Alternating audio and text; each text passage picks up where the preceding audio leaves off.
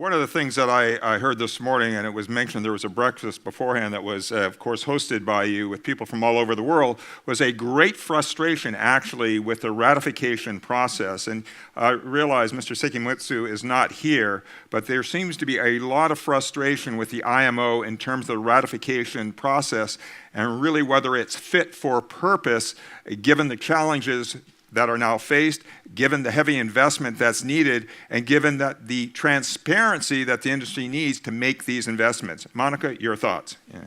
Well, I also heard what you heard, and of course the maritime industry is an international industry. We need international rules, and it takes time.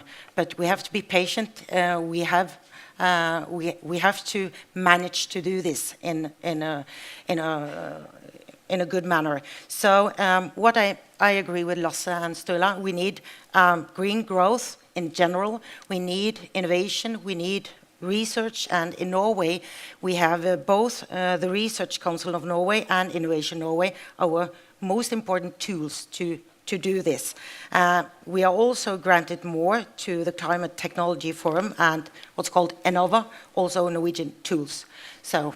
Yeah. But in all due respect, it's very easy to sort of tick off all the things that the government says it will support and do. But it's another thing to create the long-term stable conditions, and that doesn't always seem to be happening because the goalposts keep changing. All right, on certain regulations, ballast water treatment is a classic example of that. So perhaps it's not inherent in politics to create long-term stable conditions by the very nature of politics. What's the alternative to politics? Well, what is the alternative, Sturla? Let's talk about this. Lastly, Well, no, I think, I'd like to adjust that a little bit, because I think one of the successes in Norway over the last years is that it has been stable regulations, it has been predictable, and we have been able to make investments and know what will face us from tax and from frame conditions. That's really been a success, I think, for Norway. The problem is on the international arena, and how can we possibly make ways to implement things without everybody agreeing. That's a big challenge. Yeah, I think on the international scene, I think the role and the authority and legitimacy of IMO is very important. I think that, as the Minister says, the negotiation process for international agreements are tedious and long, and so are the ratification processes. Ballast water, one point in case. Another is recycling of ships.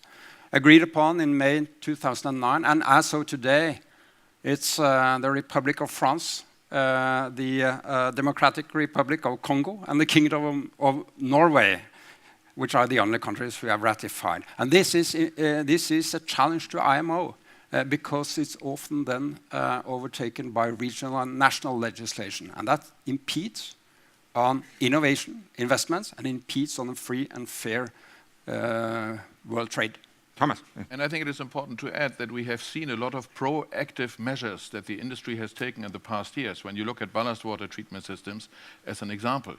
Yet, a lot of these systems cannot be used because the global standards are missing.